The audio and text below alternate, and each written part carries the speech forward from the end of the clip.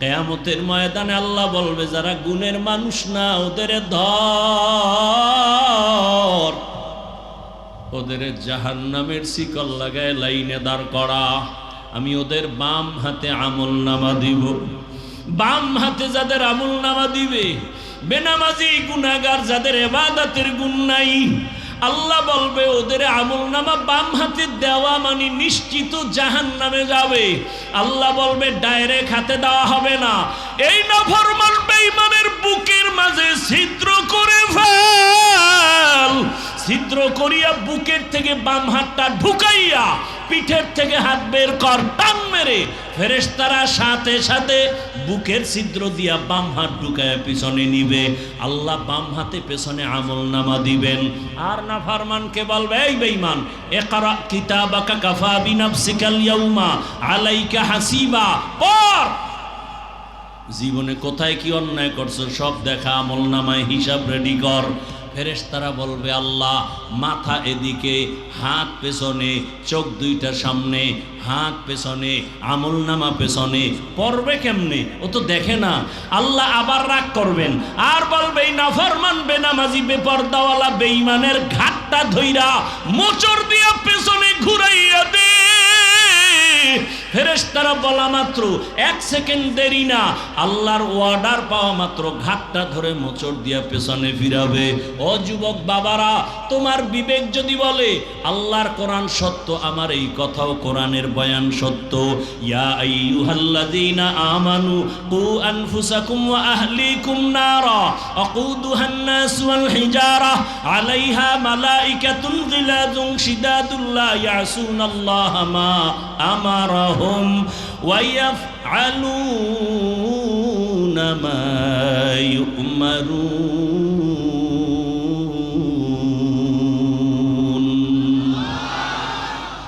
ফেরেশতাকে আল্লাহ যা বলবেন তাই। আর ইবাদতের গুণ নিয়ে যারা কবরে যাবে আল্লাহ তাদের জন্য কবর জান্নাত বানাবেন। হাসরের ময়দানে আল্লাহ অর্ডার করবে এই নাজাত পানেওয়ালা নেক আমলওয়ালারা, তোমরা যারা ইবাদতের গুণ নিয়ে আসছো তোমরা খবরদার সূর্যের গরম সহ্য করতে পারবা না। আমি আল্লাহর কুদরতের ডান পাশে আরশে আজিম, ওখানে গিয়ে তোমরা অপেক্ষা করো। ইয়া আইয়াতুহান নাফসুল মুতমাইন্নাহ ইরজিই ইলা রাব্বিকি রাদিয়াতাম মারদিয়াহ ফাদখুলি ফি ইবাদি ওয়াদখুলি জান্নাতি।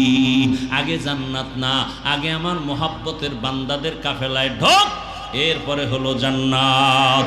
ও আমার বাবারা, মানুষের গুণ হলো ইবাদত। আর ইবাদত কোন সিস্টেমে করব? মন গড়া করলে হবে না, ইবাদতের নিয়ম জানা লাগবে, নিয়ম জানতে হবে। ইবাদতের নিয়ম জানতে হলে কোরআন লাগবে, কোরআন বুঝতে হলে হাদিস লাগবে। তুমি পড়তে পারো না, আলেম লাগবে, আলেম থেকে কোরআন হাদিস যাই না, ইবাদতের নিয়ম শিখা। ইবাদত করলে তুমি গুণের মানুষ, আর গুণের মানুষের জন্য বিনা হিসাবে জান্নাত। তাহলে কি প্রমাণ হলো? আল্লাহ এই কথা বুঝাবার জন্য বলে আমি আগে মানুষ বানাই নাই, আগে কোরআন শিখাইছি, তারপরে মানুষ বানাইছি। অর্থাৎ যারা আলেম ওলামাদের কাছে যাইয়া কোরআন শিখা ইবাদত করবে তারা গুণের মানুষ। তাহলে গুণের মানুষ হওয়ার আগে কোরআন লাগবে, কোরআন দিয়া ইবাদত বুঝবে, তারপরে করবে, তারপরে গুণের মানুষ। আল্লাহ দেখে ইঙ্গিত করে বলেন আমি আগে কোরআন শিখাইছি, তারপরে মানুষ বানিয়েছি। আর রহমান আল্লামাল কুরআন খলাকাল ইনসান, আমি আগে কোরআন শিখাইয়া ইবাদতের মাধ্যমে গুণের মানুষ বানাইছি। অতএব যারা উলামায়ে কেরামের কাছে যাইয়া কোরআন হাদিসের মাধ্যমে যারা ইবাদত করবা, আলেম ওলামাদের পরামর্শ নিয়া যারা মানুষ ইবাদত করে গুণের মানুষ হইবা, তাদের জন্য আমি আল্লাহ জান্নাত বানায় রাখছি। এজন্যই বলছি বাবা, আমি হাফিজুর রহমান তো মানুষই না। বাদ দাও, আমরা যাদের থেকে লেখাপড়া শিখছি তারা আরো কত আল্লাহওয়ালা, তারা যাদের থেকে এলেম আনছেন তারা আরো আল্লাহওয়ালা। এক পর্যায়ে সাহাবায়ে কেরাম তো আরো বড় দামি। কেমন দামি? 10 জন সাহাবার নামে আল্লাহ জান্নাতে টিকিট দিয়েছেন, ঠিক নি? দুনিয়াতে টিকিট পাইছেন। জানা থাকলে বলেন প্রথম 10 জনের মধ্যে প্রথম তার নাম কি বলেন? দ্বিতীয় জনের নাম কি? এইভাবে কতজন? তাদের ইতিহাসটা একটু খেয়াল করেন না। ও আমার পর্দার আড়ালের মা বোনেরা, ও আমার যুবক বাবারা, বৃদ্ধ বাবাজি, একটু ভালো করে শুনে নেন। সাহাবায়ে কেরামদের আমল কত সুন্দর, এলেম কত সুন্দর, তাকওয়া কত সুন্দর, জিকির কত সুন্দর, নামাজ কত সুন্দর, কত সুন্দর তাদের আমল, কত সুন্দর তাদের তাকওয়া, কত সুন্দর তাদের আকীদা, কত সুন্দর তাদের ঈমান। এরপরও আল্লাহ কত খুশি হইয়া দুনিয়াতে জান্নাতের ঘোষণা দিলেন। এরপরও তাদের ইতিহাস দেখেন। রহমতের নবী নিজে বলেন, আমি এশার নামাজ পড়ে মসজিদে নববীর পাশে আমার হুজরা আয়েশার ঘর, আমি রাতের বেলা এশা পড়ে ঘুম, হঠাৎ করে কানের মধ্যে শুনি কান্নার আওয়াজ। কে এই রাতে কান্না করে? আমার কান সজাগ হয়ে গেছে। আমি ঘুম থেকে উঠলাম, ওইটা বাহির হলাম। বাহির হইয়া মসজিদের দরজার কিনারায় গিয়ে দেখি ভেতরে একটা লোক নামাজে দাঁড়ায় কান্না করে গভীর রাতে। আমি ভালো করে নজর করে দেখলাম এই গভীর রাতে নামাজে কে কান্না করে। ভালো করে তাকায় দেখলাম সাধারণ কেউ না, আমার কলিজার সাহাবী, আমার জান্নাতের আল্লাহর ঘোষণা প্রাপ্ত সাহাবী। জান্নাতি সাহাবীদের 10 জনের ভেতরে প্রথম সিরিয়ালে যিনি, তিনি নামাজে দাঁড়ায় দাঁড়ায় হাউ মাউ করে কান্না করেন। কে? আবু বকর সিদ্দিক রাদিয়াল্লাহু আনহু। নবী বলেন, আমি অপেক্ষমান। আবু বকর নামাজ শেষ করে পিছনে তাকাইয়া দেখে রহমতের নবী দাঁড়ানো। আবু বকর আশ্চর্য হয়ে বলেন, ইয়া রাসূলুল্লাহ, আমি গোপনে আমার মাওলার সাথে আমি কথা বলতেছি, আপনি কেমনে আবার এখানে হাজির হলেন? আবু বকর, তুমি জানো না তোমার কান্নার আওয়াজে আমার ঘুম ভেঙে গেছে, তুমি নামাজে দাঁড়ায় কান্না করছো কেন? আবু বকর বলেন, ইয়া রাসূলুল্লাহ, আল্লাহর আদালতে কেমনে যে দাঁড়াবো, হাসরের ময়দানে কিভাবে দাঁড়ায় জবাব দিব? বলে, এত ভয় কেন? বলে, আল্লাহর আদালতের ভয় বড় পাইতেছি। বলে, জান্নাতের টিকিট আপনার হাতে রেডি, এরপরও কেন ভয়? বলেন, ইয়া রাসূলুল্লাহ, আপনিই তো বয়ান করেছেন হাসরের ময়দান যেদিন কায়েম হবে, এই জমিন হবে কিয়ামতের মাঠ, আরাফার ময়দান সৌদি আরব হবে আল্লাহর এই স্টেজ, অথবা অনেকে বলছে সিরিয়ার জমিন। আল্লাহ যখন কিয়ামতের কায়েমের ঘোষণা দিবেন, সূর্যটা নিচে চলে আসবে, জমিন সব সমতল, মানুষগুলো ইসরাফিলের সিংহায় ল্যাংটা সব নারী পুরুষরা যার যার কবর থেকে দাঁড়াবে, সব আল্লাহর আদালতে হাজির হয়ে যাবে। আল্লাহ বলবে, সূর্য নিচে নেমে আয়, তোর যত মুখ উপরে আছে নিচে কর, যত তাপ আছে ছেড়ে দে। সূর্যের তাপে এই মাটির জমিনটা তামা হয়ে যাবে। অন্যদিকে জাহান্নামের আওয়াজ এত বিকট আওয়াজ, যে আওয়াজে হাসরের ময়দানটা থরথর করে কাঁপতে থাকবে। ইসলাম কি বলে? বলে, একজনের সাথে দেখা হয়েছে, শুরুতে সালাম, সেও আবার আপনাকে সালামের জবাব দেবে, ওয়ালাইকুম আসসালাম। দুই দিক থেকে সালাম মানে কি? দুদিক থেকে শান্তির দোয়া চলতেছে, অশান্তি আসবে কিভাবে? ইসলাম বলে, ও বড়রা, ছোটকে স্নেহর নজরে দেখো, বড়দেরকে ছোটরা সম্মানের নজরে দেখো। ছোটরা যাকে সম্মানের নজরে দেখবে, ওই বড়দের সাথে কোনোদিন ছোটরা বেয়াদবি করবে না। ইসলাম বলে, কর্মচারী কাজ করে, ঘাম ঝরার আগে বেতন দাও। ইসলাম বলে, বোনের ইজ্জত রক্ষা করো, মায়ের ইজ্জত রক্ষা করো। মানুষের উপরে জুলুম করা যাবে না, গরিবের ক্ষতি করা যাবে না, জবান দিয়ে আঘাতমূলক কথা বলা যাবে না, হাতের দ্বারা আঘাত করা যাবে না। ইসলাম বলে, তুমি একা পেট পুরে খাইও না, তোমার ভাইয়ের খবর নাও, মায়ের খবর নাও, বাবার খবর নাও, পরিবারের খবর নাও, প্রতিবেশীর খবর নাও।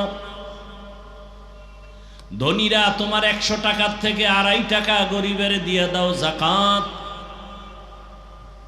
একান্ত যদি তুমি যাকাত নাও দাও, ফাঁকে ফাঁকে গরিবের সহযোগিতা করো, তোমার রিজিক বেড়ে যাবে। জবান দিয়া কোনোদিন গালি দিবা না, গালি দেওয়া হারাম। কারোর সাথে মিথ্যা প্রতারণার ছলে কিছু বলবা না, মিথ্যা বলা হারাম। কারো দোষ পেছনে বলে তার সম্মান নষ্ট করবা না, গীবত করা হারাম। ইসলাম যেখানে যেখানে আছে সেখানে শান্তি আছে, যেখানে ইসলাম নাই সেখানে শান্তি নাই। এজন্যই বললাম কিয়ামত পর্যন্ত জমিনে যতদিন নবীর আদর্শ বাস্তবায়ন হবে না ততদিন পর্যন্ত জমিনে শান্তি কেউ দেখবে না। দেখেন না, আপন এখন তার কাউরে মারতে শত্রু লাগে না, দলের মধ্য থেকে এই শত্রু রেডি। এখন ইদানিং মরণের খবর কেমনে শুনি, কয় যার আপন যে বেশি সে তারে মেরে ফেলে। আপন বন্ধু যারে দেখলে ভালো লাগে, না দেখলে খারাপ লাগে, সেই কিন্তু এক সময় বন্ধুর ভেষে দুশ্মনী করে মেরে ফেলে। দুষ্ট লোকের মিষ্টি কথা ঘনিয়ে বসে কাছে, কথা দিয়া কথা নেয় প্রাণে মারে শেষে। ইসলাম শান্তি, আমার ইসলাম না, ইসলাম তো একটাই, রসুলের ইসলাম। শোনার মানুষ নাই, বলার মানুষ নাই, বিরোধিতা করার মানুষের অভাব নাই। আল্লাহ হেদায়েত দান করুন। আমি যে আয়াত ও হাদিস পড়েছি তরজমাটা বলি, এরপরে কিছু ব্যাখ্যা। আর রহমান, রহমান হলেন তিনি আল্লামাল কোরআন, কোরআন শিক্ষা দিলেন যিনি। খালাকাল ইনসান, রহমান হলেন তিনি মানুষ সৃষ্টি করলেন যিনি। আল্লামাহুল বায়ান, রহমান হলেন তিনি বয়ান শিক্ষা দিলেন যিনি। হাদিসে পাকে রহমতের নবী বলেন খায়রুকুম মান তাআল্লামাল কুরআনা ওয়া আল্লামাহ, জমিনে তাদের থেকে দামি কেউ নাই যারা কোরআন নিজেও শিখে অন্যদেরও শিক্ষা প্রদান করে।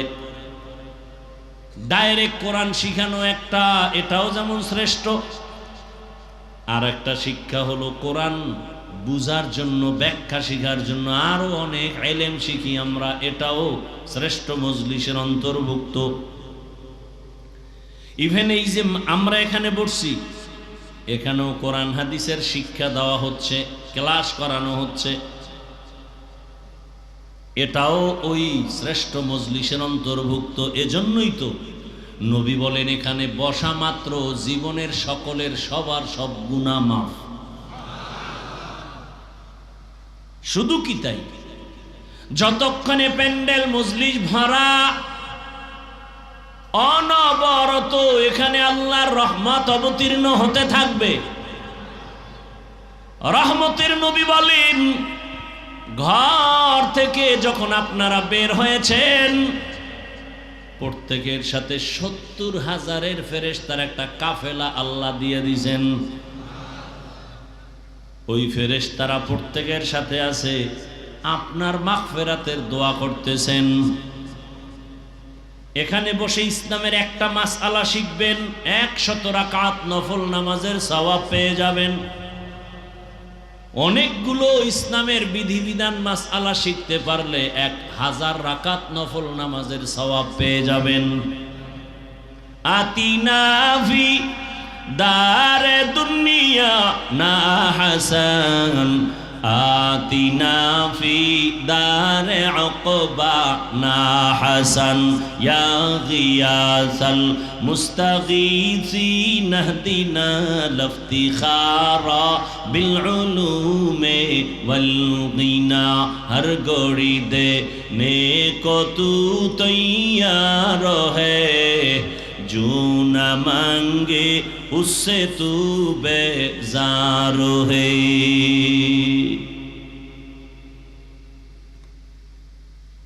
কথা বলার মতো সুযোগ দিবেন, ধৈর্য হবে তো,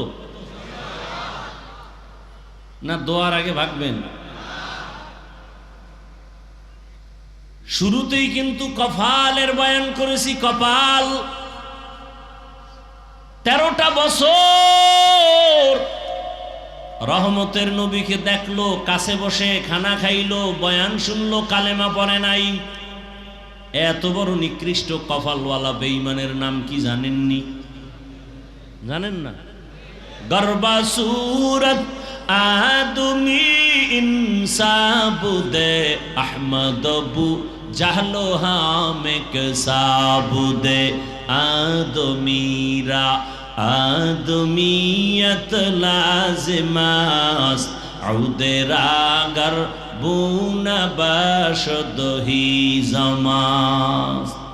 আর তো বাসায় যে ঘুমাবেন সেই টেনশন তো নাই, কারণ এ জাতি রাতে ঘুমায় না। এ জাতি মাওলার কাছে নাজাত পাওয়ার জন্য অন্তত রাতটাকে মোবাইলের হক আদায়ে ব্যয় করে। মাওলার কাছে একটা বলতে হইব না কিছু, মায়ের হক আদায় করছো নি না, বাবারটা না, বোনেরটা না, স্ত্রীরটা না, তো কি করছো? আল্লাহ একটা হক আদায় করছে। সারা রাত মোবাইলে জেনা করে করে হক আদায় করছি। চোখের জেনা, অন্তরের জেনা, জবানের জেনা, কানের জেনা। বুঝেননি বাংলা? সারা রাত ঘরের দরওয়াজা জানালা বন্ধ করে বাবা মোবাইল চালায়, মা মোবাইল চালায়, ভাই মোবাইল চালায়, বোন আর এক রুমে মোবাইল চালায়। জেনা জেনা চলে সারা রাত। চোখের জেনা, কানের জেনা, অন্তরের জেনা, জবানের জেনা। উচিত ছিল ঘুম থেকে উঠে দেখবে চেহারা বানর হয়ে গেছে, শুকর হয়ে গেছে, যেমন অন্য নবীদের উম্মতের হইতো। তোমার এত আকামের পরেও চেহারা কেন পাল্টায় না? রহমতের নবীর উম্মত হওয়ার কারণে। ইমামুল আউয়ালিন আল আখিরিন বহরে সদকা রহমাতাল লিল আলামিন। 13 বছর বয়ান শুনছে, কালেমা পড়ে না, এর নাম কফাল। অন্যদিকে 27 বছরের যুবক তরবারি নিয়ে দৌড়ায় নবীকে জবাই করবে। কয় বছর? 27 বছরের যুবক নবীকে জবাই করার জন্য তরবারি নিয়ে দৌড়ায়। রহমতের নবীর সামনে যাইয়া রহমতের নবীকে এক নজর দেখা মাত্র তরবারি ফেলে বলেন, নবীজি দয়া করে বেয়াদবি মাফ করে কালেমা পড়ায়া দেন। এমন সান কফালার নাম জানেননি? বলেন, এর নাম কফাল। 13 বছর নবীকে দেখেছে, কালেমা কপালে আসে নাই, কপাল। আর নবীকে জবাই করতে গিয়া ইতিহাসের পৃষ্ঠায় নাম লেখা হলো জান্নাতের দ্বিতীয় সাহাবী। কেমন সেই ওমর? 1500 বছর পরে সেই ওমরের নাম শুনলে কেমন যেন ভয় ভয়। ওমর যেই রাস্তায় চলে শয়তান ওই রাস্তায় চলে না। কেমন পাওয়ার আল্লাহ তাকে দান করেছেন। ও যুবক, ঘুমের মধ্যে এখনো যদি ঘুমের সময় শাহাদাত আঙ্গুল নিয়া বুকের উপরে লেখো ওমর আইন মিম রা, ওমরের নাম লেখা ঘুমাও, ভালো স্বপ্ন দেখবি, খারাপ কিছু স্বপ্নে দেখবি না। ওমরের এখনো শয়তান বড় ভয় পায়। শুধু ওমরের ইতিহাস বললে রাত পার হয়ে যাবে। কেমন চান কপালওয়ালা? ওই যে শুরুতেই বলছি, কপাল বাড়ির থেকে ওয়াজের নামে আসছে, প্যান্ডেলে ঢুকতে পারে না, এ কপাল। একদল প্যান্ডেলে ঢুকছে, বয়ান শুনতে পারে না, মোবাইল দিয়া কলবের দরজা বন্ধ, কপাল। আর একদল বয়ান শুনবে শুনবে শুনবে শুনবে, হঠাৎ করে উঠা দৌড় দিবে, মোনাজাত নাই, কপাল। আর একদল ওমরের মেজাজ নিয়ে বসবে আর বলবে, হে মালিক, জীবনে তো গুনাহ কম করি নাই, আজকে ময়দানে তুমি নিয়ে আসছো, দোয়া না কইরা তওবা না কইরা আর বাড়ি যাব না। এমন কান্না দিয়া বাড়ি যাবেন, ফজরে মসজিদে হাজির হয়ে যাবে। জিন্দেগি মে বন্দগি তু করনা হে, जिंदगी में बंदगी तू करना है, जिंदगी में बंदगी शर्मिंदा है, जिंदगी बे बंदगी शर्मिंदा है। दुनिया में हो दुनिया का तलबगार ना हो, बाजार से गुजर हो खरीदार ना हो। ये दुनिया एक मिसले कागज़ फूल है, ये दुनिया एक मिसले कागज़ फूल है। जिंदगी में बंदगी तू करना है, जिंदगी में बंदगी तू करना है। जिंदगी बे बंदगी शर्मिंदा है, जिंदगी बे बंदगी शर्मिंदा है। जिंदगी में बंदगी कुन बंदगी, बंदगी बे जिंदगी शर्मिंदगी। ভাইরা আমার, যে আয়াত আমি পড়েছি আপনারা জানেন, আর রহমান আল্লামাল কুরআন খালাকাল ইনসান আল্লামাহুল বায়ান।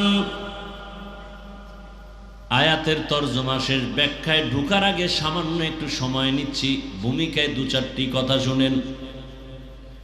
জমিনে আল্লাহ মানুষ বানাইয়া, আল্লাহ মানুষকে বানাবার আগেই শ্রেষ্ঠ মর্যাদা দিয়েছেন, সিদ্ধান্ত ফাইনাল। জমিনে আল্লাহ পাঠাবার আগে এই মানুষের শ্রেষ্ঠত্ব ধরে রাখার জন্য আল্লাহ ব্যবস্থা দিয়েছেন দুইটা।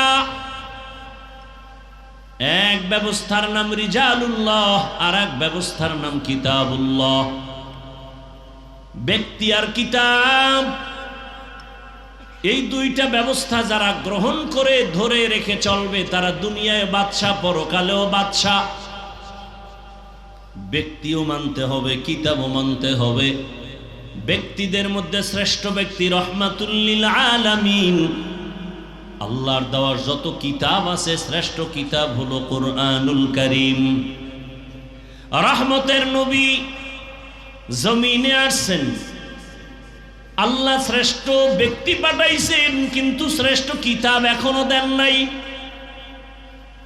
দীর্ঘ 40টা বছর রহমতের নবীর জীবনের বয়স অতিবাহিত হওয়ার পর আল্লাহ তাআলা শ্রেষ্ঠ কিতাব নাজিলের সূচনা করলেন। ইকরা বিসমি রাব্বিকাল্লাযী খালাক, খালাকাল ইনসানা মিন আলাক, ইকরা ওয়া রাব্বুকাল আকরাম, আল্লাযী আল্লামা বিল কলম, আল্লামাল ইনসানা মা লাম ইয়ালাম। মাত্র 5 আয়াত নিয়ে জিবরাইল আসছে, প্রথম কোরআনের সূচনা। তাও নবীর 40 বছরের পর। প্রশ্ন প্রত্যেকটা পয়েন্টে। আল্লাহ তাআলা আমার নবীকে মক্কা নগরীতে পাঠাইলেন, যেই মক্কার মানুষ ছিল চরিত্রহীন, লম্পট। এত বড় খারাপ জায়গায় আল্লাহর পেয়ারা নবী, সৃষ্টির শ্রেষ্ঠ রহমতের নবীকে এত নাপাক মানুষের সমাজে পাঠালেন কেন? প্রশ্ন। বাইতুল্লাহর মতো এমন একটা ঘর, যে ঘরের দিয়ে তাকাইয়া থাকলেই সওয়াব সওয়াব সওয়াব। আপনাদের বেলকুচি থানার মধ্যে সুন্দর মসজিদ আছে না নাই? তাকায় থাকলে কোনো সওয়াবের গ্যারান্টি আছে? বাইতুল্লাহ এমন একটা ঘর, ইন্না আউয়ালা বাইতিন উযিআ লিন-নাস লাল্লাযী বিবাক্কাতা মুবারাকান ওয়া হুদা, মুবারাকান ওয়া হুদাল লিল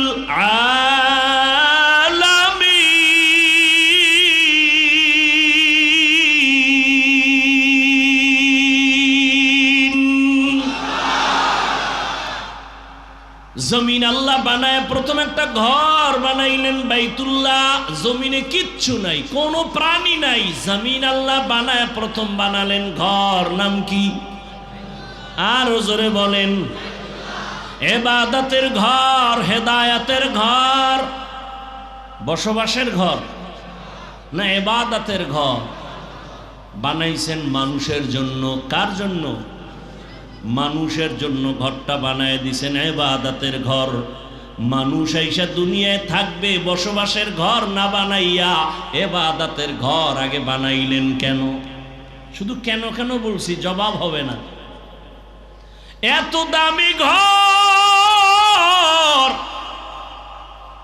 মানুষের জন্য ইবাদতের ঘর বানাইলেন, হেদায়েতের ঘর, বসবাসের ঘর কেন বানান নাই? কেন বানাইলেন না? আর এত সুন্দর ঘর যারে দেখলে সওয়াব, সেই ঘরের পাশের মানুষ কেন তো চরিত্রহীন লম্পট হলো কেন? আর সেই সমাজে সৃষ্টির শ্রেষ্ঠ মহানবীরে পাঠাইলেন কেন? সেই নবীকে হেদায়েতের জন্য দিলেন কুরআন। শাহরু রমাদান আল্লাযী উনজিলা ফীহিল কুরআন হুদাল লিন্নাস ওয়া বাইয়িনাতিম মিনাল হুদা ওয়াল ফুরকান। মানুষের হেদায়েতের জন্য কোরআন দিলেন 40 বছর পরে। কেন বুঝেননি? কথা বলেন। কয় বছর পর? নবী কি অবুঝ? 40 বছর পর্যন্ত অবুঝ, তো পরে দিলেন কেন? দিলেন মক্কার মতো জায়গায় না দিয়া হেরা পাহাড়ে ঢুকাইয়া দিলেন কেন? কেন বুঝেননি? কেন? ভালো করে বুঝেন। আবার হেরা পাহাড়ের মধ্যে আমার রাসূল বাইতুল্লাহর দাম বেশি নাকি হেরা পাহাড়ের দাম বেশি? হেরা পাহাড়ে 40টা বছর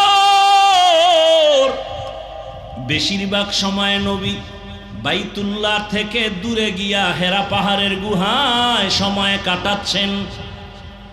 যেই বাইতুল্লাহ পৃথিবীর প্রথম ঘর, হেদায়েতের ঘর, যেই বাইতুল্লাহ দেখলে সওয়াব, সেই বাইতুল্লাহ ছাড়িয়া নবী হেরা পাহাড়ে সময় কাটালেন কেন? সেই হেরা পাহাড়ের মধ্যে আমার আল্লাহ জিবরাইলের পাঠাইলেন, নবীরে কোরআন দিবেন। আল্লাহ কয়, নবী আপনি জিহ্বা নাড়ায় কষ্ট করবেন না। লা তুহাররিক বিহি লিসানাকা লিতাজালা বিহি ইন্না আলাইনা জামআহু ওয়া কুরআনা। আমি কোরআন আপনার সিনায় জমা করে দিব, আপনার কষ্ট করা লাগবে না।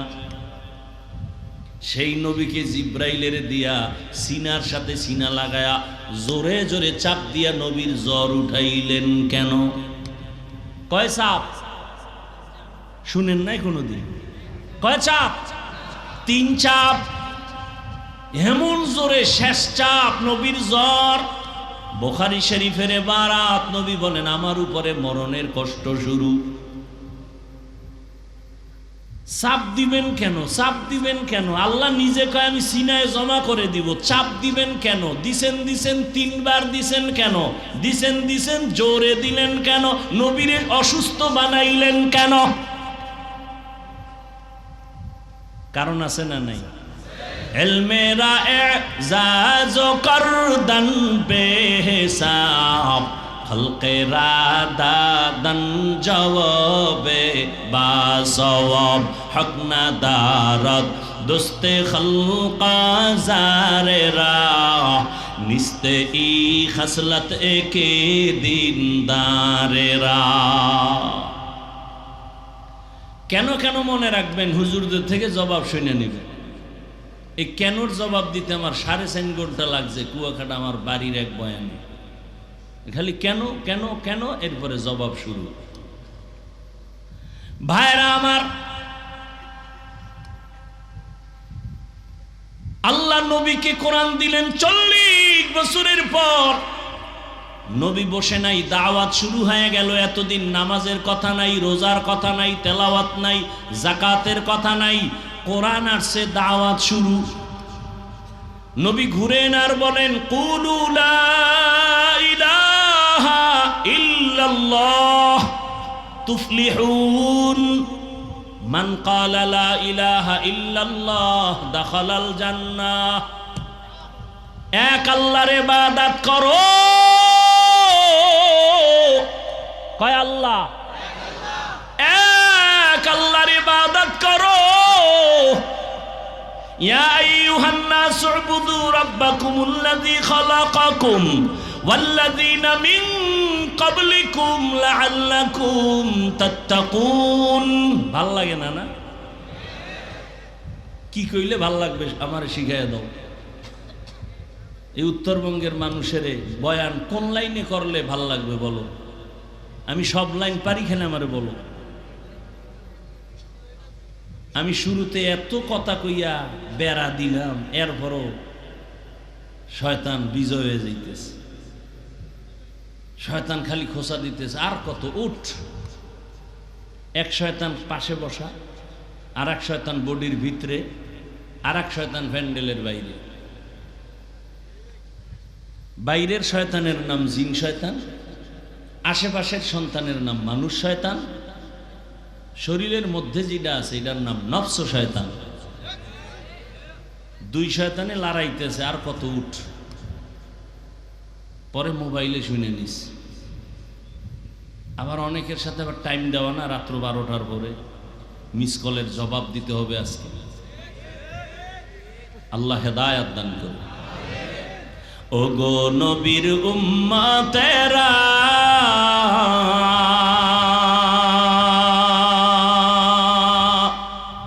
হয়ে আজি দিশাহারা,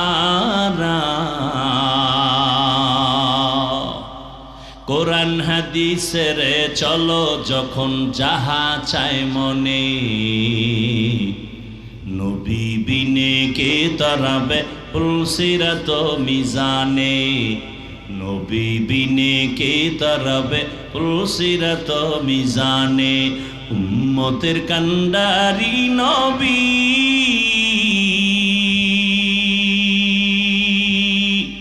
কাঁদেছেন উম্মতের লাগি,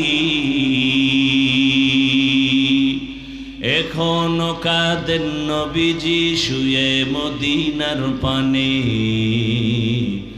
নবী বিনে কে তরাবে পুলসিরাত মিজানে, নবী বিনে কে তরাবে পুলসিরাত মিজানে।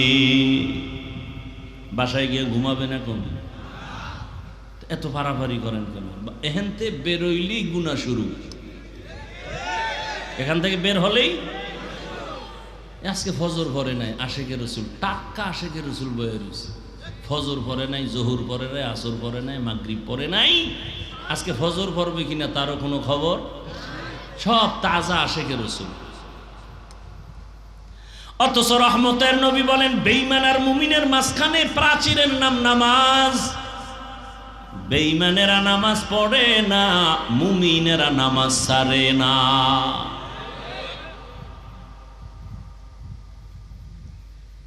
একটু শুনে যান, মানুষ কাকে বলে? মানুষ হতে পারি নাই। বক্তা হওয়া সহজ, মানুষ হওয়া বড় কঠিন। আবু জাহাল নবীরে চিনে জানে, খানা খায় দেখে, কালেমা পড়ে না কেন? মানুষ হতে পারে নাই। মানুষ হওয়া বড় কঠিন। এত বয়ান আর বয়ান,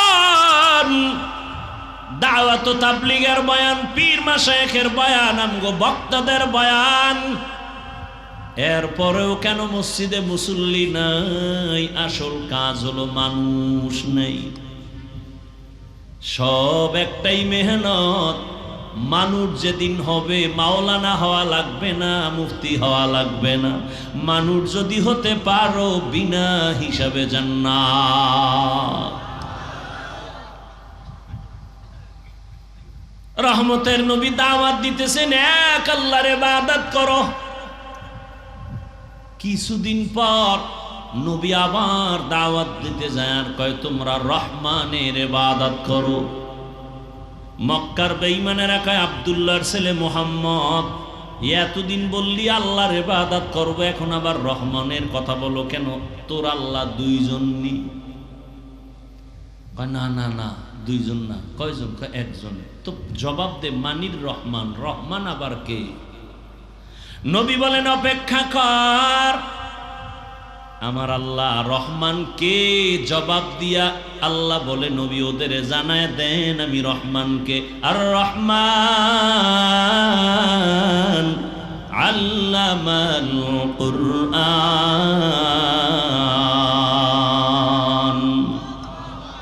রহমান হলেন তিনি, কোরআন শিক্ষা দিলেন যিনি, খালাকাল ইনসান, মানুষ সৃষ্টি করলেন যিনি। এইবার মূল কথা খেয়াল করেন, আল্লাহ বলেন রহমান হলেন তিনি, কোরআন শিখাইলেন যিনি, মানুষ বানাইলেন যিনি, তিনি হলেন রহমান। খেয়াল করছেন? কি খেয়াল করছেন? আল্লাহ আগে কোরআন শিখাইছেন, তারপরে মানুষ বানাইছেন। বাস্তবে দেখি পুরা উল্টা, আমাদের সৃষ্টি আগে, শিক্ষা হলো পরে। দুনিয়াতে আসছি, বড় হয়েছি, তারপরে আলিফ বাতা কোরআন শিখছি। আল্লাহ কয় না না না, আমি আগে কোরআন শিখাইছি, তারপরে মানুষ সৃষ্টি করেছি। আর রহমান আল্লামাল কুরআন খালাকাল ইনসান, আল্লাহ মানুষ আগে সৃষ্টি করেন নাই, আগে কোরআন শিখাইছেন, এরপরে মানুষ সৃষ্টি করেছেন।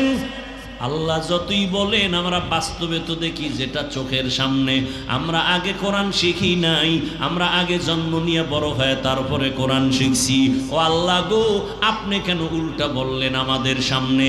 মুফাসসিরিনে কেরাম জবাব দেয়, ফি'লুল হাকিম লা ইয়াখলু আনিল হিকমা, হাকিমের কোনো কাজ হিকমত থেকে খালি না, জ্ঞানীদের কোনো কাজ জ্ঞান থেকে শূন্য না।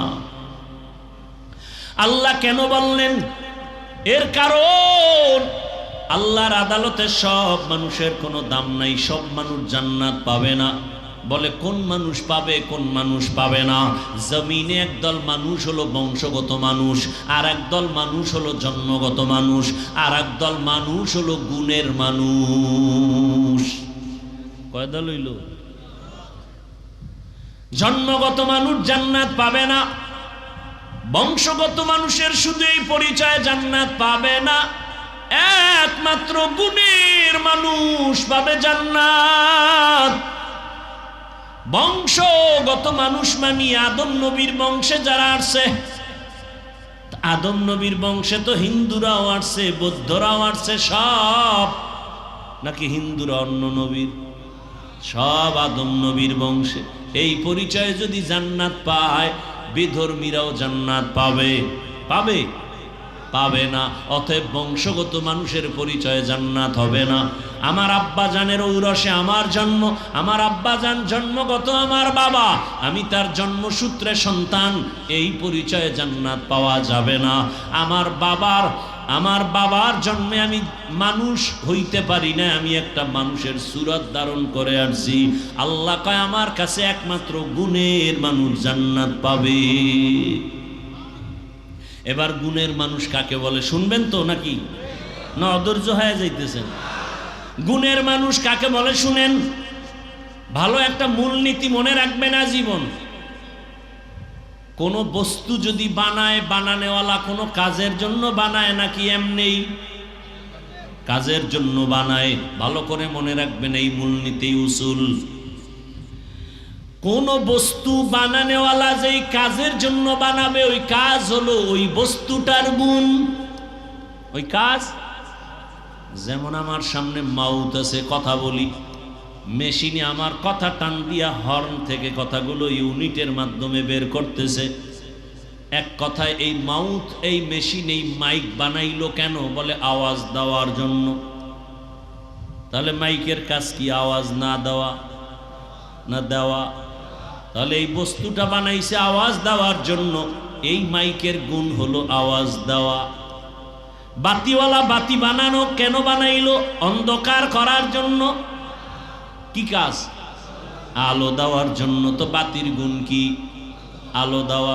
ঘড়িওয়ালা ঘড়ি বানাইছে টাইম দেওয়ার জন্য, ঘড়ির গুণ টাইম দেওয়া। পাখাওয়ালা পাখা বানাইছে বাতাস দেওয়ার জন্য, পাখার গুণ বাতাস দেয়া। মাইকের গুণ আওয়াজ দেওয়া, বাতির গুণ আলো দেওয়া, পাখার গুণ বাতাস দেয়া। যদি মাইক আওয়াজ না দেয় সবাই বলবে এটাকে ফেলে দাও। কেন? বলে এটা গুণের মাইক না। বাতির গুণ আলো দেওয়া। বাতি যদি আলো না দেয় বলবে ভেঙ্গে ফেল, এটা গুণের বাতি না। পাখা যদি বাতাস না দেয় বলে ফেলে দাও, এটা গুণের পাখা না। এতটুকু কথা বুঝছেননি? যেই বস্তু যেই কাজের জন্য বানানো হয় ওই কাজ হলো বস্তুটার গুণ। ভালো করে বুঝো। মাইকের গুণ আওয়াজ দেওয়া, বাতির গুণ আলো দেওয়া, পাখার গুণ বাতাস দেয়া। এবার আপনারা একটু বলবেন জানা থাকলে, আমাদের মতো মানুষ আল্লাহ কোন কাজের জন্য বানাইছেন? বিড়ি টানার জন্য। ওয়ামা খালাকতুল জিন্না ওয়াল ইনসা ইল্লা লিয়াবুদুন।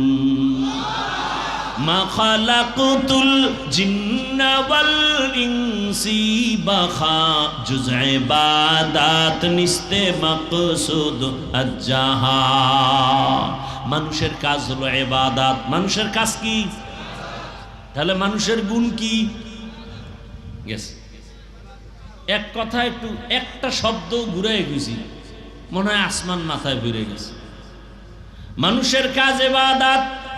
তা যেই বস্তু যেই কাজের জন্য বানায় ওই কাজ ওই বস্তুটার গুণ। আমাদের বানাইছেন ইবাদতের কাজের জন্য, আমাদের ইবাদত করাটাই গুণ। ইবাদত করলে আমি গুণের মানুষ। মাইক আওয়াজ দিলে গুণের মাইক, বাতি ঠিকমতো আলো দিলে গুণের বাতি, পাখা যদি ঠিকমতো বাতাস দেয় গুণের পাখা, মানুষ যদি ঠিকমতো ইবাদত করে গুণের মানুষ। মাইক যদি আওয়াজ না দেয় গুণের মাইক না লাথি মেরে ফালায়া দে। মানুষ তোর গুণ হলো ইবাদত। ইবাদত না নিয়ে যদি আজরাইলের হাতে ধরা পড়ে যাও আল্লাহ বলবে কে লাথি মেরে জাহান্নামে ফেলায় দে। এটা গুণের মানুষ না। যার ইবাদত নাই ও মানুষ। সুরতে আবু জাহিল্লা মানুষ, ওর নাম শুনলে কেন বলে ওর উপরে গজব। ফেরাউন না মানুষ, ওরে কেন মানুষ বরদোয়া করে লানাতুল্লাহ আলাই। নমরুদ একটা মানুষ, ও কেন মানুষের অভিশপ্ত, ওর উপরে মানুষের অভিশাপ কেন? বলে মানুষ গুণের মানুষ, গুণের মানুষ না। আল্লাহ বলবে গুণের মাইক যেমন মানুষ ফেলে দেয় এটা গুণের মাইক না। কিয়ামতের ময়দানে আল্লাহ বলবে যারা গুণের মানুষ না ওদের ধর, ওদের জাহান্নামের শিকল লাগায় লাইনে দাঁড় করা। আমি ওদের বাম হাতে আমলনামা দিব। বাম হাতে যাদের আমলনামা দিবে, বেনামাজি গুনাহগার যাদের ইবাদতের গুণ নাই, আল্লাহ বলবে ওদের আমলনামা বাম হাতে দেওয়া মানে নিশ্চিত জাহান্নামে যাবে। আল্লাহ বলবে ডাইরেক্ট হাতে দেওয়া হবে না। এই নাফরমান বেঈমানের বুকের মাঝে ছিদ্র করে ফেল। ছিদ্র করিয়া বুকের থেকে বাম হাতটা ঢুকাইয়া পিঠের থেকে হাত বের কর, টান মেরে ফেরেশতারা সাথে সাথে বুকের ছিদ্র দিয়া বাম হাত ঢুকায়া পিছনে নিবে। আল্লাহ বাম হাতে পেছনে আমলনামা দিবেন। আর নাফরমানকে বলবে এই বেঈমান ইকরা কিতাবাকা কাফা বিনাফসিকাল ইয়াউমা আলাইকা হাসিবা। পড়, জীবনে কোথায় কি অন্যায় করছো সব দেখা, আমলনামায় হিসাব রেডি কর। ফেরেশতারা বলবে আল্লাহ মাথা এদিকে, হাত পেছনে, চোখ দুইটা সামনে, হাত পেছনে, আমলনামা পেছনে। পড়বে কেমনে? ও তো দেখে না। আল্লাহ আবার রাগ করবেন আর বলবে এই নাফরমান বেনামাজি বেপরদাওয়ালা বেঈমানের ঘাটটা ধইরা মোচড় দিয়া পেছনে ঘুরাইয়া দে। ফেরেশতারা বলা মাত্র 1 সেকেন্ড দেরি না, আল্লাহর অর্ডার পাওয়া মাত্র ঘাটটা ধরে মোচড় দিয়া পেছনে ফিরাবে। ও যুবক বাবারা, তোমার বিবেক যদি বলে আল্লাহর কোরআন সত্য, আমার এই কথাও কোরআনের বয়ান সত্য।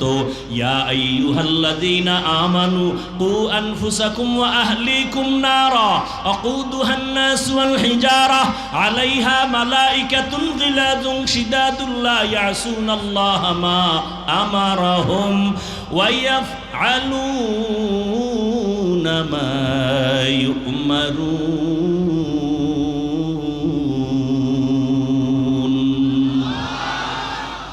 ফেরেশতাকে আল্লাহ যা বলবেন তাই।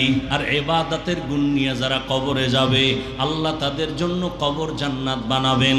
হাসরের ময়দানে আল্লাহ অর্ডার করবে, এই নাজাত পানেওয়ালা নেক আমলওয়ালারা, তোমরা যারা ইবাদতের গুণ নিয়ে আসছো, তোমরা খবরদার সূর্যের গরম সহ্য করতে পারবা না। আমি আল্লাহর কুদরতের ডান পাশে আরশে আজিম, ওখানে গিয়ে তোমরা অপেক্ষা করো। ইয়া আইয়াতুহান নাফসুল মুতমাইন্নাহ ইরজিই ইলা রাব্বিকি রাদিয়াতাম মারদিয়াহ ফাদখুলি ফি ইবাদি ওয়াদখুলি জান্নাতি। আগে জান্নাত না, আগে আমার মোহাব্বতের বান্দাদের কাফেলায় ঢোক, এরপরে হলো জান্নাত। ও আমার বাবারা, মানুষের গুণ হলো ইবাদত। আর ইবাদত কোন সিস্টেমে করব? মন গড়া করলে হবে না, ইবাদতের নিয়ম জানা লাগবে, নিয়ম জানতে হবে। ইবাদতের নিয়ম জানতে হলে কোরআন লাগবে, কোরআন বুঝতে হলে হাদিস লাগবে।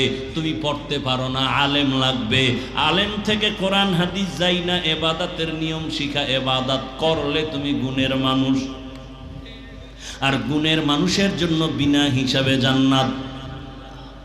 তাহলে কি প্রমাণ হলো? আল্লাহ এই কথা বুঝাবার জন্য বলে, আমি আগে মানুষ বানাই নাই, আগে কোরআন শিখাইছি, তারপরে মানুষ বানাইছি। অর্থাৎ যারা আলেম ওলামাদের কাছে যাইয়া কোরআন শিখা ইবাদত করবে, তারা গুণের মানুষ। তাহলে গুণের মানুষ হওয়ার আগে কোরআন লাগবে, কোরআন দিয়া ইবাদত বুঝবে, তারপরে করবে, তারপরে গুণের মানুষ। আল্লাহ দেখে ইঙ্গিত করে বলেন, আমি আগে কোরআন শিখাইছি, তারপরে মানুষ বানিয়েছি। আর রহমান আল্লামাল কুরআন খলাকাল ইনসান, আমি আগে কোরআন শিখাইয়া ইবাদতের মাধ্যমে গুণের মানুষ বানাইছি। অতএব যারা উলামায়ে কেরামের কাছে যাইয়া কোরআন হাদিসের মাধ্যমে যারা ইবাদত করবা, আলেম ওলামাদের পরামর্শ নিয়া যারা মানুষ ইবাদত করে গুণের মানুষ হইবা, তাদের জন্য আমি আল্লাহ জান্নাত বানায় রাখছি। এজন্যই বলছি বাবা, আমি হাফিজুর রহমান তো মানুষই না। বাদ দাও, আমরা যাদের থেকে লেখাপড়া শিখছি তারা আরো কত আল্লাহওয়ালা, তারা যাদের থেকে ইলম আনছেন তারা আরো আল্লাহওয়ালা। এক পর্যায়ে সাহাবায়ে কেরাম তো আরো বড় দামি। কেমন দামি? 10 জন সাহাবার নামে আল্লাহ জান্নাতে টিকিট দিয়েছেন, ঠিক নি? দুনিয়াতে টিকিট পাইছেন। জানা থাকলে বলেন, প্রথম 10 জনের মধ্যে প্রথম তার নাম কি বলেন? দ্বিতীয় জনের নাম কি? এইভাবে কতজন? তাদের ইতিহাসটা একটু খেয়াল করেন না। ও আমার পর্দার আড়ালের মা বোনেরা, ও আমার যুবক বাবারা, বৃদ্ধ বাবাজি, একটু ভালো করে শুনে নেন। সাহাবায়ে কেরামদের আমল কত সুন্দর, এলেম কত সুন্দর, তাকওয়া কত সুন্দর, জিকির কত সুন্দর, নামাজ কত সুন্দর, কত সুন্দর তাদের আমল, কত সুন্দর তাদের তাকওয়া, কত সুন্দর তাদের আকীদা, কত সুন্দর তাদের ঈমান। এরপরও আল্লাহ কত খুশি হইয়া দুনিয়াতে জান্নাতের ঘোষণা দিলেন। এরপরও তাদের ইতিহাস দেখেন। রহমতের নবী নিজে বলেন, আমি এশার নামাজ পড়ে মসজিদে নববীর পাশে আমার হুজরা আয়েশার ঘর, আমি রাতের বেলা এশা পড়ে ঘুম, হঠাৎ করে কানের মধ্যে শুনি কান্নার আওয়াজ। কে এই রাতে কান্না করে? আমার কান সজাগ হয়ে গেছে। আমি ঘুম থেকে উঠলাম, ওইটা বাহির হলাম। বাহির হইয়া মসজিদের দরজার কিনারায় গিয়ে দেখি ভেতরে একটা লোক নামাজে দাঁড়ায় কান্না করে গভীর রাতে। আমি ভালো করে নজর করে দেখলাম এই গভীর রাতে নামাজে কে কান্না করে। ভালো করে তাকায় দেখলাম সাধারণ কেউ না, আমার কলিজার সাহাবী আমার জান্নাতের আল্লাহর ঘোষণা প্রাপ্ত সাহাবী, জান্নাতি সাহাবীদের 10 জনের ভেতরে প্রথম সিরিয়ালে যিনি, তিনি নামাজে দাঁড়ায় দাঁড়ায় হাউ মাউ করে কান্না করেন। কে? আবু বকর সিদ্দিক রাদিয়াল্লাহু আনহু। নবী বলেন আমি অপেক্ষমান। আবু বকর নামাজ শেষ করে পিছনে তাকাইয়া দেখে রহমতের নবী দাঁড়ানো। আবু বকর আশ্চর্য হয়ে বলেন ইয়া রাসূলুল্লাহ, আমি গোপনে আমার মাওলার সাথে আমি কথা বলতেছি, আপনি কেমনে আবার এখানে হাজির হলেন? আবু বকর, তুমি জানো না তোমার কান্নার আওয়াজে আমার ঘুম ভেঙে গেছে, তুমি নামাজে দাঁড়ায় কান্না করছো কেন? আবু বকর বলেন ইয়া রাসূলুল্লাহ, আল্লাহর আদালতে কেমনে যে দাঁড়াবো, হাসরের ময়দানে কিভাবে দাঁড়ায় জবাব দিব? বলে এত ভয় কেন? বলে আল্লাহর আদালতের ভয় বড় পাইতেছি। বলে জান্নাতের টিকিট আপনার হাতে রেডি, এরপরও কেন ভয়? বলেন ইয়া রাসূলুল্লাহ, আপনিই তো বয়ান করেছেন হাসরের ময়দান যেদিন কায়েম হবে, এই জমিন হবে কিয়ামতের মাঠ, আরাফার ময়দান সৌদি আরব হবে আল্লাহর এই স্টেজ, অথবা অনেকে বলছে সিরিয়ার জমিন। আল্লাহ যখন কিয়ামতের কায়েমের ঘোষণা দিবেন, সূর্যটা নিচে চলে আসবে, জমিন সব সমতল, মানুষগুলো ইসরাফিলের সিংহায় ল্যাংটা সব নারী পুরুষরা যার যার কবর থেকে দাঁড়াবে, সব আল্লাহর আদালতে হাজির হয়ে যাবে। আল্লাহ বলবে সূর্য নিচে নেমে আয়, তোর যত মুখ উপরে আছে নিচে কর, যত তাপ আছে ছেড়ে দে। সূর্যের তাপে এই মাটির জমিনটা তামা হয়ে যাবে। অন্যদিকে জাহান্নামের আওয়াজ এত বিকট আওয়াজ যে আওয়াজে হাসরের ময়দানটা থরথর করে কাঁপতে থাকবে। আবু বকর বলেন ইয়া রাসূলুল্লাহ, আপনিই বয়ান করেছেন এত ভয়ঙ্কর হবে হাসরের মাঠ। আল্লাহ নিজেও রাগ করে আওয়াজ দিবেন, লিমানিল মুলকুল ইয়াউম লিল্লাহিল ওয়াহিদিল কাহ্হার। এমন কঠিন অবস্থা হবে, নারী পুরুষ সব উলঙ্গ, মাথার মগজগুলো ভাতের মারের মতো ফুটতে থাকবে, জাহান্নামের আওয়াজে সবাই পাগলের মতো হবে। নবীরা পর্যন্ত যাদের গুনাহ নাই তারাও কান্নায় বেকারার হয়ে যাবেন। আদম নবী কাঁদবেন নিজের চিন্তা, উপায় কি হবে? মুসা নবী কাঁদবেন আমার উপায় কি হবে? ঈসা নবী কান্না করবেন আমার উপায় কি হবে? এমন এক পরিস্থিতির মধ্যে নবীরা যদি কান্না করেন, আমি আবু বকরকে যদি আল্লাহ ডাক দেয়, আবু বকর আমার জান্নাত পাওয়ার জন্য কি নিয়ে আসছো, এমন কি আমল? আমি যদি বলি হে আল্লাহ তোমার জান্নাত আর তোমার মোহাব্বতে নামাজ তেলাওয়াত রোজার আমল নিয়ে আসছি, আল্লাহ যদি বলে আবু বকর যেইভাবে নামাজ চাইছিলাম ওইভাবে হক আদায় করে নামাজ পড়ো নাই, আমি যেইভাবে তেলাওয়াত করলে খুশি হতাম ওইভাবে তেলাওয়াত তুমি দিতে পারো নাই, যেইভাবে জিকির করলে আমি আল্লাহ নিজে খুশি হতাম ওইভাবে হক আদায় করে জিকির হয় নাই, যাও তোমার আমল তুমি নিয়ে জাহান্নামে যাও, আমার জান্নাত আমাকে দিয়া দাও। ওর দয়ার নবী, তখন আমার উপায় কি হবে? এই চিন্তা আমি নামাজে দাঁড়ায় কান্না করতেছি। আবু বকরের যদি হালাত হয়, আপনি আমি তো মানুষের কাতারেই নাই, নামাজ নাই, রোজা নাই। আরে আমরা যে নামাজ পড়ি না, নামাজ কি নামাজ? আমগো নামাজ কোন নামাজ? আল্লাহ কোরআনে বলছেন আরাআইতাল্লাযী ইউকাযযিবু বিদ্দীন ফাযালিকাল্লাযী ইয়াদউল ইয়াতীম ওয়া লা ইয়াহুদ্দু আলা তাআমিল মিসকিন ফাওয়াইলুল লিল মুসাল্লিন। মুসল্লি নামাজির জন্য ওয়াইল নামক জাহান্নাম। এবার বুঝেন যে কি নামাজ। ওয়াইল নামক ভয়ঙ্কর জাহান্নাম মুসল্লি যারা নামাজি তাদের জন্য। আমরা তো সেই নামাজ পড়ি মিথ্যা বলি, নামাজ পড়ি ওয়াদা খেলাফ করি, নামাজ পড়ি পর্দা করি না, নামাজ পড়ি সুদ খাই, ঘুষ খাই, এই নামাজি আমরা। তাহলে আবু বকর যদি কান্না করেন, রসুল নিজে কান্না করেন, সাহাবায়ে কেরাম সবার কান্না, আপনার আমার কি পরিমাণ কান্না করা উচিত বলার সময় নাই। সাহাবাদের জীবনী আমাদের আদর্শ। এত কান্না নিজেরা করেছেন। একজন সাহাবী নবীজির একটা আদেশ একটু মানছে, ঠিক একটু দেরি, সাথে সাথে মানে নাই। নবীর মনে কষ্ট, কথা বন্ধ, সালাম বন্ধ। নবী মসজিদে আসে, সাহাবিও আসে, নবী তাকান না, কথাও বলেন না। সাহাবীর মাথা গরম হয়ে গেছে, আমি বোধহয় মইরা যাব, নবী যদি না তাকায়, সালাম না নেয়, আমার মতো পোড়া কপাল কেউ নাই। এতটা ভয়, ঘরের মধ্যে গিয়া বিবিরে কয়, বিবি আমার কপাল খারাপ, সব ঘুমায় গেছে। এইবার কয়, বিবি চলো, একটা রশি হাতে নাও, মসজিদের মধ্যে চলো, নবীর মসজিদে নববী। মসজিদে নববীর মধ্যে আসিয়া বিবি আর সাহাবী আর কেউ নাই। মসজিদে ঢুকে একটা খুঁটির গোড়ায় বৈশা কয়, ও বিবি, রশি দিয়ে আমার হাত পিছনে দিয়া খুঁটির সাথে ভালো করে বাঁধো, পিছনে বাঁধো, এমন বাঁধা বাঁধবা যে আমার এই রশির বান কাউকে খুলতে দেয়া হবে না। আমার রসুল আমার উপরে বেজার, আমার খানা খেয়ে লাভ নাই, বেঁচে থেকে আমার সার্থকতা নাই। বিবি তুমি আমাকে ভালো করে বেঁধে ঘরে যাও, আসবা না। আমি এখানে বসে আমার মাওলার কাছে এমন কাঁদাই যে কাঁদবো, যতদিন পর্যন্ত আল্লাহ আয়াত দিয়া নবীকে বলবেন না আমারে মাফ করছেন, ততক্ষণ কান্না বন্ধ করব না। সাহাবী খুঁটির গোড়ায় রশি দিয়া বাঁধা, কান্না বন্ধ নাই। নামাজ পড়ে ইশারা ইঙ্গিতে কান্না চলছে, এমন কান্না, নবী তাকান না, কথাও বলেন না। নবী নামাজ পড়ায় চলে যান, অন্যদের সাথে কথা চলে, সাহাবীর সাথে কথা নাই। এমন কান্না কাঁদতেছে, রাতে এমন পরিমাণ কান্না।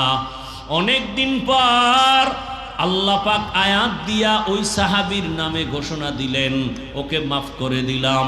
নবী এবার আসছে হাসি মুখে, ও সাহাবী, আয়াত চলে আসছে, জিব্রাইল আসছে, আল্লাহ তোমার তওবা কবুল করে ফেলেছেন, তোমারে আল্লাহ মাফ করেছেন, তুমি এবার বিদায় নাও, মনের কষ্ট দূর করো।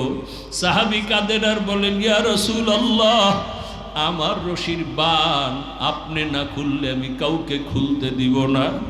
আপনি যদি আমার উপরে খুশি মনে আমার রশির বানটা খুলিয়া দেন, আমি মনে করব আল্লাহ আমার উপরে খুশি হয়েছে। রহমতের নবী নিজ হাতে বান খুলে দিলেন। আজও মদিনায় যাও। আমি কয়েকদিন আগে মদিনার নববীতে গেলাম, রিয়াজুল জান্নায় আমাদের বাংলাদেশিরা ওখানে ডিউটি করে, 10 মিনিটের বেশি টাইম দেয় না, পুলিশ সরায়া দেয়। ওরা বলল, হুজুর আপনি মোহাব্বতে এক কোনায় বয়া ইবাদত করেন, আপনাকে পুলিশ কিছু বলবে না, আমরা বলে দিচ্ছি। পুলিশ আইসা আমার পাশ দিয়া যায়, আমি বসি, এক খুঁটির গোড়ায় বসি, উপরে তাকায় দেখি খুঁটির গোড়ায় নাম লেখা সতুনে উস্তুনে হান্নানা। সুযোগ পেলে ওখানে গিয়ে 2 রাকাত নামাজ। আবার আর একটা খুঁটির উপরে লেখা সতুনে আয়েশা। আম্মা জান আয়েশা বেশি বেশি খুঁটির গোড়ায় বসে বসে আল্লাহর ইবাদত করতেন, ইতিকাফ করতেন। আবার ওই যে সাহাবী কান্না করেছেন তওবার খুঁটি, ওই খুঁটির গোড়ায় এখন উপরে লেখা সতুনে তওবা, ওটা তওবার খুঁটি এখনো লেখা, আরবিতে লেখা। ওই সাহাবীর তওবা কবুল হয়েছে। ওখানে গিয়া সেজদায় পড়ে কাঁদলাম, কারণ পুলিশেরা মোনাজাতে কান্না ওরা পছন্দ করে না, মনে করে বোধহয় এটা বলে বেদাতি, ওরা মোনাজাত দিয়ে কান্নাটারে ভালোবাসে না। সেজদায় গিয়া মনের মতো কাঁদলাম। ও আমার এলাকার মা বোনেরা, ও আমার যুবক বাবারা, ও আমার বৃদ্ধ বাবাজিরা, এতক্ষণ যে এত কষ্ট করে চিল্লাইয়া বয়ান শুনাইছি, একবারও কিন্তু আমি আপনাদের বলি নাই আমার মতো দাড়ি টুপি লাগায় বুজুর্গ হয়ে হাতে তসবিহ নেন, বরং আমি আমার যুবক বাবাদের বলি, ও আমার কলিজার যুবক বাবারা, আমি একবারও বলি না কওমি মাদ্রাসায় যাও, তাবলিগে না গেলে তুমি জাহান্নামী, পীরের কাছে না গেলে তুমি জাহান্নামী। বরং আমি বলি, বাবা আমাদের লাইনে তুমি আসবা বাধ্য না, তোমাকে আমি আরো চাই তুমি স্কুলে কলেজে পড়ে ডাক্তার হও, ইঞ্জিনিয়ার হও, প্রফেসর হও, এসপি হও, ডিসি হও, ওসি হও, তুমি একজন এমপি মন্ত্রী, তুমি একজন চেয়ারম্যান হও, তুমি একজন ব্যবসায়ী চাকরিজীবী হও, তবে আমার বিদায় বেলা একটা দাবি, বেয়াদব হইও না রে বাবা। তুমি ডাক্তার হয়ে যদি বেয়াদব হও, তাসলিমা নাসরিনের মতো জুতা খেয়ে দেশ থেকে পালিয়ে যেতে হবে।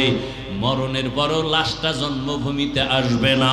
ডাক্তার হও, বেয়াদব হইও না। ইঞ্জিনিয়ার হও, বেয়াদব হইও না। তুমি একজন জনপ্রতিনিধি হও, বেয়াদব হইও না। বলবা হাফিজ ভাই বেয়াদব হব না, কথার ব্যাখ্যা কি? ভালো করে শুনো রে বাবা, 3 জায়গায় বেয়াদবি করবা না। আল্লাহর কসম, যদি বেয়াদবি করো মরার আগে তোর ধ্বংস শুরু হয়ে যাবে। 1 নাম্বার জায়গা মা বাবা, 2য় জায়গা শিক্ষক, 3 নাম্বার জায়গা উলামায়ে কেরাম। এই 3 জায়গায় বেয়াদবি করলে, মা বাবায় যদি কষ্ট পায় নিঃশ্বাস ফেলেই দেয়, খোদার কসম মরার আগে ধ্বংস শুরু। যদি শিক্ষক তোমার ব্যবহারে কষ্ট পেয়ে নিঃশ্বাস ছাড়ে, ধ্বংস শুরু।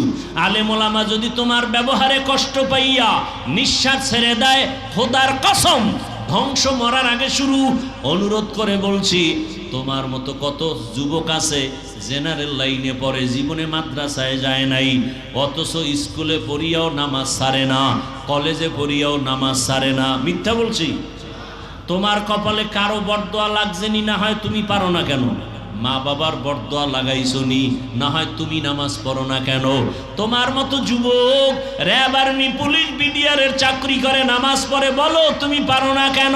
তোমার মতো যুবক ডাক্তার, প্রফেসর, ইঞ্জিনিয়ার, এমপি, মন্ত্রী অভাব নাই, ব্যবসায়ী, চাকরিজীবী, এসপি, ডিসি 5 ওয়াক্ত নামাজ পড়ে নাই?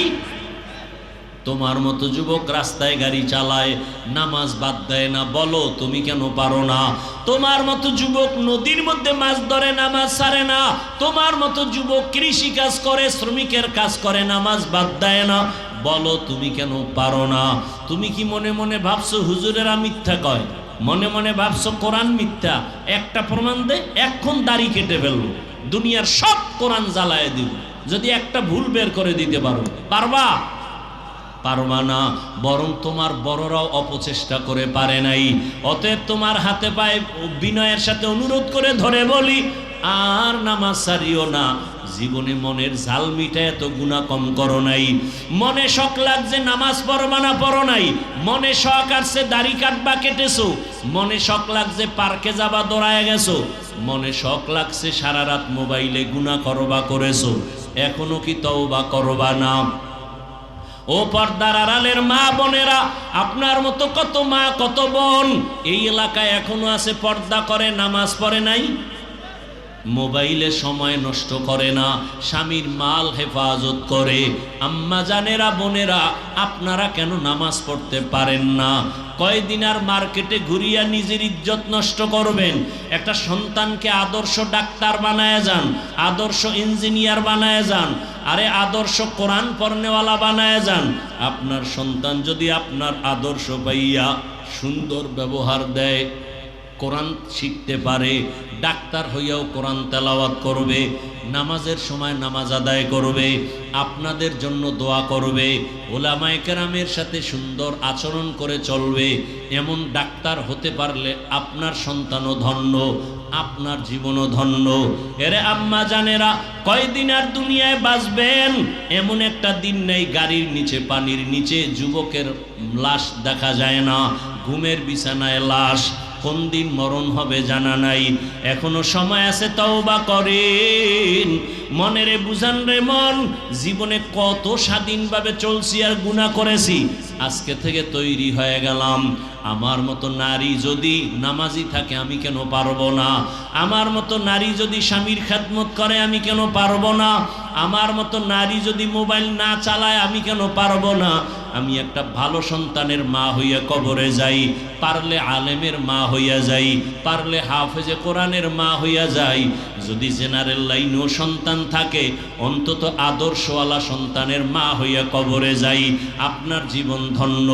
যুবক বাবারা, এখনো সময় আছে, মনটাকে বুঝাইয়া তওবা করো। আল্লাহকে বলো, হে আল্লাহ, আমার মতো যুবক জেনারেল লাইনে থাকিয়া 5 ওয়াক্ত নামাজ পড়ে যদি চাকরি করে, ব্যবসা করে, আমি জীবনে তো গুনাহ কম করি নাই, আজকে থেকে তওবা করতে চাই। হে আল্লাহ, আপনি আমাকে এই মাহফিলের ময়দানে নিয়ে আসছেন, আমি তওবা করি, আর নামাজ ছাড়বো না, দাড়ি কাটবো না, বেপরদায় চলবো না, মা বাবার সাথে বেয়াদবি করবো না, শিক্ষকের সাথে বেয়াদবি করবো না, ওলামায়ে কেরামের দোয়া পরামর্শ নিয়া নবীজির সুন্নত অনুযায়ী জীবন চালাবো। তওবা করার মতো যদি অন্তর তৈরি হয়, মুনাফিকি যদি না থাকে, খাঁটি তওবার নিয়ত যাদের আছে, দুটো হাত আমার আল্লাহকে দেখায় দেন। আয় আল্লাহ, হাতগুলো কবুল করে নেন। আয় আল্লাহ, আমাদের তওবা কবুল করে নেন। তওবার উপরে মজবুত হইয়া চলার তৌফিক দান করেন, আমিন। বাবারা, আল্লাহর কাছে খাঁটি তওবা। আলেম হতে পারেন নাই, আলেমকে মোহাব্বত করবেন, সহযোগিতা করবেন। এই যে মাদ্রাসা, আজকে মাদ্রাসার কারণে এখানে বয়ান, এখানে আমরা আসছি, আরো ওলামায়ে কেরাম, মিজান সাহেব হুজুর কত দোয়া করলেন। এই মাদ্রাসার কারণে এলাকায় রহমত। মাঝে মাঝে দেখেন, আজানের 1 ঘন্টা আগে এসে দেখবেন, মাদ্রাসার বাইরে দাঁড়ায় শুনবেন বাচ্চাদের চোখের কান্নার আওয়াজ। ওরা তাহাজ্জুদে দাঁড়ায়, ছোট ছোট বাচ্চাগুলো বাসায় থাকলে সকাল 10টার আগে ঘুম থেকে উঠে না, আর এই মাদ্রাসার ছাত্রগুলো ছোট ছোট বাচ্চা হেফজোখানায় ভোর রাত উঠে ওযু বানাইয়া সিজদায় পড়ে কাঁদে আর দোয়া করে, আল্লাহ আমার মা বাবাকে মাফ করে দাও, আমারে তুমি ইলমের নূর দিয়া কবুল করো, এলাকায় শান্তি দাও। ও বাবা, আলেম হতে না পারলেও যারা কোরআন সিনায় নিয়ে চলে তাদের সহযোগিতা করিয়েন। কত গরিব গরিব ছাত্র আছে, সামনে শীত আসতেছে, একটা শীতের কম্বল কিনতে পারে না, একটা তোষক কিনতে পারে না। অনেক গরিবরা মাদ্রাসায় পড়ে, ওরে একটা মশারিও কিনতে পারে না। যদি আপনি জানেন, মাদ্রাসায় এসে হুজুরকে বলবেন, হুজুর একটা এতিম ছাত্র, গরিব ছাত্রকে আমি 1 সেট জামা কাপড় দিব, জীবন ভর ওই সন্তান আপনাকে ভুলবে না, দোয়া করবে। একটা মশারি কিনে দেন, 1 সেট কিতাব কিনে দেন, আপনি একটা লুঙ্গি কিনিয়ে দেন, আপনার সওয়াব হবে না গুনাহ? সওয়াব। আপনি আলেম না হইয়া ওই ছেলেরে সহযোগিতা করলে, ও আলেম হইয়া যা পাবে, আল্লাহ আপনাকে সেই পরিমাণ সম্মান দিয়া হাসরের ময়দানে জান্নাতের ফয়সালা করবেন। রাজি আছেননি? সব সময় যেখানে থাকেন মাদ্রাসার খেদমত করবেন, আলেম ওলামার সহযোগিতা করবেন, দোয়া নিবেন। কি নিবেন? দোয়া। আল্লাহ সবাইকে কবুল করেন। আপনাদের দোয়া করার দরকার আছে না? গুনা টুনা জাগো না, এগো দোয়াও লাগে না, দোয়া করবেন। আমিও আপনাদের কাছে দোয়া চাই। আমি দোয়া চাইতে পারি না? পারি না। আমি এক মাদ্রাসার খেদমত করি ঢাকা। আপনারা অনেক সময় দেখছেন অনলাইনে, 20 কোটি টাকার একটা জায়গা নিয়েছে। কত? 20 কোটি টাকার একটা জায়গা নিয়েছে। অনেক কষ্ট করে জীবনটাকে আপনাদের এই পর্যন্ত নিয়ে আসছে। অনেকে বলে, হাফিজ ভাই এত সাহস করলেন কিভাবে? আমি বললাম, এক সাহস আমার আল্লাহর দয়া, আর এক সাহস আমার দেশ বিদেশে প্রবাসে আমার ভাই বোনদের দোয়া। অনেকে সহযোগিতা করে আল্লাহর জন্য, আমার জন্য না, আমি দিনের জন্য দোয়া চাই। এবং কেউ যদি মনে করেন সহযোগিতা করবেন, আমার দাবি আছে না নাই? এটাই তো ভালোবাসা, আমার জন্য না, মাদ্রাসার কোরআনের জন্য। ওই জায়গাটা এখনো পুরা টাকা দিতে পারিনি, অনেক টাকা বাকি। 6 মাস হয়েছে জায়গা বায়না দিছি মোটামুটি, তাও ঋণী, অনেক ঋণী। এমন একটা রাত নাই কান্না করি না। ছাত্ররা ভোর রাতে দোয়া করে। কেউ যদি মনে চায় যে কিছু দিবেন, আমার দাবি হলো যারা দিবেন আশা করেন, নগদ দিলে আমার হাতের থেকে একটা কার্ড নিয়ে যাবেন। 1 জায়নামাজ পরিমাণ জায়গার মূল্য এখানে লেখা আছে 40,800 টাকা। 1 স্কোয়ার ফিট জায়গা 5,100 টাকা। যারা এতটুকু দিতে পারবেন না, অন্তত 1,500 টাকা দিয়ে হলো এখানে বিকাশ নাম্বার, অ্যাকাউন্ট নাম্বার আছে। যদি মনে চায় যে হ্যাঁ পরে দিব, একটা হ্যান্ডবিল নিয়ে যাবেন, লিফলেট নিয়ে যাবেন মোনাজাতের পরে। আর নগদ যদি বলেন না আমি 5,100 টাকা দিয়ে একটা কার্ড নিব, আমার হাত থেকে কার্ড নিয়ে যাবেন 5,100 টাকা দিয়ে মাদ্রাসার জন্য। কেউ যদি বলেন এত পারবো না, 1,500 দিব, আপনি এখানে কুপন আছে, মোনাজাতের পর একটা কুপন 1000 বা 500 টাকা দিয়া নিয়ে যাবেন। দিনের স্বার্থে বলছি, রসুলের সুন্নত অনুযায়ী বলছি। দান চাওয়াও সুন্নত, দান করাও সুন্নত, রসুলের সুন্নত। অতএব আমার ব্যক্তির জন্য না, আমি ওয়াজ করি, সব টাকা মাদ্রাসায় গিয়ে দেখে আসেন। একদিন দাওয়াত দিলাম সবাইকে, একদিন আসবেন। 12 মাস প্রতিদিন দুপুরবেলা 30, 40, 50 জন মেহমান খাইতেছে 12 মাস। আমার দাবিটা কি অযৌক্তিক? তবে যে কেউ এই লিফলেটটা নেবেন না। মা বোনদেরকে অনুরোধ করব, যদি মনে চায় কোরআনের খেদমতে মোহাব্বতের সাথে যদি দিতে চান, কারো মাধ্যমে নগদ এখানে দিয়া 5100 টাকার একটা কার্ড বা এক জায়নামাজ 40,800, নয় পরে দিবেন। অ্যাকাউন্ট নাম্বার, বিকাশ নাম্বারে যদি মনে করেন এখানে ডিটেল সব ঠিকানা লেখা আছে, একটা লিফলেট যারা দিবেন তারা নেবেন, অন্যরা নিয়ে খেয়ানত করবেন না। এটা মাদ্রাসার আমানত, আল্লাহ সবাইকে কবুল করে। মৃত্যু পর্যন্ত দিনের খেদমত করে যাবেন। একটা কথা দিয়ে হোক, 1 টাকা দিয়ে হোক, সহযোগিতা করে যাবেন। আল্লাহ পাক সমস্ত মাদ্রাসাগুলো কবুল করেন।